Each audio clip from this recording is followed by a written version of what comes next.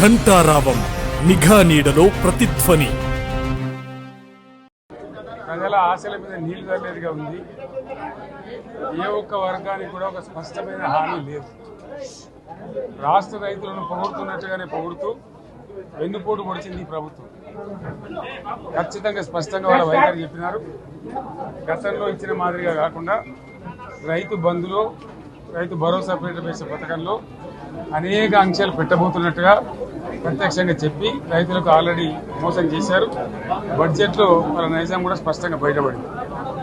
గత ప్రభుత్వం అన్ని రాష్ట్రంలోని అన్ని వర్గాల సంక్షేమాన్ని, వాళ్ళ ఆర్థికాభివృద్ధిని కాంక్షించి అనేక పథకాలు ప్రవేశపెట్టడం జరిగింది. ఒక్క పథకం మీద కూడా ఇప్పుడు స్పష్టత లేదు. ఫర్ ఎగ్జాంపుల్, యాదవుల కోసం ఉన్నటువంటి వాళ్ళ అభివృద్ధి కోసం పెట్టినటువంటి గొర్రెల పెంపకం పథకాన్ని టోటల్గా మూసివేసినట్టుగా మనకు అర్థమవుతా ఉంది. ఇప్పటికే యాదవ సోదరులు చెల్లించిన డిపాజిట్ కూడా తిరిగి వాపసు తీసుకున్నది ప్రభుత్వం. ఎక్కడ కూడా లేదు. అత్యంత అడుగు వర్గాలు అని డబ్బా కొట్టినట్టు కొడుతూనే వాళ్ళు గొంతు కోసింది ప్రభుత్వం. దళిత వర్గాల కోసం గణితంలో ప్రవేశపెట్టబడ్డ విప్లవాత్మకమైనటువంటి దళిత బంధు పథకాన్ని ప్రస్తావన కూడా లేదు. ఇది చాలా దురదృష్టకరం. దళిత సమాజం పట్ల వీళ్ళకు ఉన్నటువంటి నిర్లక్ష్యానికి, వాళ్ళ ఫ్యూడల్ విధానానికి ఇంతకన్నా గొప్ప నిదర్శనం కూడా అవసరం లేదు. అదేవిధంగా మత్స్యకారులకు ఆ భరోసా లేదు. ఎవరికి కూడా చెప్పుకోదగ్గ భరోసా లేదు. ఇందులో విశేషం హైలైట్ ఏంటంటే, ఆర్థిక మంత్రి ప్రతి మాటను ఒత్తి ఆ డబ్బు వచ్చినప్పుడు అదేందో పెద్ద మహాప్రపంచ విజయంలాగా ఒత్తి చెప్పడం తప్ప కొత్తది ఏమీ లేదు. ఒత్తి పలుకులు పలకడం తప్ప కొత్తగా చెప్పింది ఏమీ లేదు. ఏ ఒక కొత్త సంక్షేమ పథకం కానీ ఏది కూడా లేదు. మహిళల పట్ల కూడా చాలా స్పష్టంగా చెప్పాల్సిన అవసరం ఉండే. కానీ వాళ్ళు మేము 1,00,000 కోట్లు ఇస్తాం, అన్ని రుణాలు, ఆ రుణాలు వీలేదో ఇస్తున్నట్టుగా ఆల్రెడీ ఉన్న స్కీమే, నథింగ్ న్యూ అబౌట్ ఇట్, ఏమి లేదు. వెరసి ఇష్యూ యాజ్ ఏ హోల్.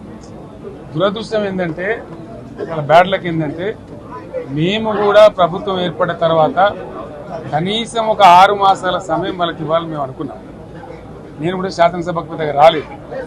కానీ ఈరోజు బడ్జెట్ చూస్తే ఏ ఒక్క పాలసీ ఫార్ములేషన్ జరగలేదు. రాష్ట్రానికి సంబంధించినటువంటి ఏ ఒక్క విషయంలో కూడా ఈ అర్భక ప్రభుత్వం ఇప్పటి వరకు పాలసీ ఫార్ములేషనే చేసినట్టుగా కనపడతలేదు. వ్యవసాయం ఉంది, మాకు స్పష్టమైన అవగాహన ఉండే ఈ రాష్ట్రంలో వ్యవసాయ స్థిరీకరణ జరగాలని మేము 2 పంటలకు కూడా ఇచ్చినాం రైతు బంధు. వీళ్ళు ఎగ్గొడతామని చెప్తా ఉన్నారు. మేమేదో రైతులకు ఇచ్చిన డబ్బును దాన్ని పాడు చేసినాము, చెడగొట్టినాము, దుర్వినియోగం చేసామన్న పద్ధతిలో దురదృష్టకరమైన వ్యాఖ్యలు చేస్తూ ఉన్నారు. అంటే ఇది పూర్తిగా రైతు శత్రు ప్రభుత్వం అనేది తెలుస్తూ ఉంది. ధాన్యం కొనుగోలు చేయలేదు, విద్యుత్ సరఫరా చేయడం లేదు, నీళ్లు సరఫరా చేయడం లేదు, చాలా ఇబ్బందులు పెడతా ఉన్నారు. ఇంకా రైతు భరోసా, రైతు బంధు గురించి ఇంకా ప్రస్తావనే లేదు. ఎప్పుడేస్తారని మా ఎమ్మెల్యేలు అడిగితే కూడా కనీసం సమాధానం చెప్తలేరు. కాబట్టి రైతులను వంచింది ప్రభుత్వం, వృత్తి కార్మికులను వంచింది. ఒక్క పాలసీ, ఇండస్ట్రియల్ పాలసీ ఏమిటి? ఏమి లేదు. బట్టి గ్యాస్ ట్రాష్ పంచరంగ ఈస్మాన్ కలర్ లాగా చెప్పడం తప్ప, స్టోరీ టెల్లింగ్ లాగా ఉన్నది తప్ప బడ్జెట్ చెప్పినట్టు లేదు. రాష్ట్రంలో వ్యవసాయ పాలసీ ఏమిటి? పారిశ్రామిక పాలసీ ఏమిటి? ఐటీ పాలసీ ఏమిటి? ఇంకా ఇతర అనేక పాలసీలు, పేద వర్గాలకు సంబంధించిన పాలసీ ఏమిటి అనే దాని మీద ఏ ఒక్క దాని మీద కూడా గ్యాస్ ట్రాషే తప్ప, చిల్లర మల్లర ప్లాట్ఫామ్ స్పీచ్ లాగా ఉంది తప్ప అది బడ్జెట్ ప్రసంగం లాగా లేదు. రాజకీయ సభలలో చెప్పినట్టుంది తప్ప ఏ ఒక్క పాలసీని కూడా నిర్దిష్టంగా ఈ పనిని మేము ఎట్లా సాధిస్తాం, మా గోల్స్ ఇవి, మా టార్గెట్స్ ఇవి అనే పద్ధతి కానీ పద్దు కానీ లేదు. ఇది పేదల బడ్జెట్ కాదు, రైతుల బడ్జెట్ కాదు. ఇవాళ బడ్జెట్ విశ్లేషణలో మీకు తెలుస్తుంది. భవిష్యత్తులో బ్రహ్మాండంగా మేము దీన్నంతా కూడా చీల్చి చెండాడబోతాం. Thank you.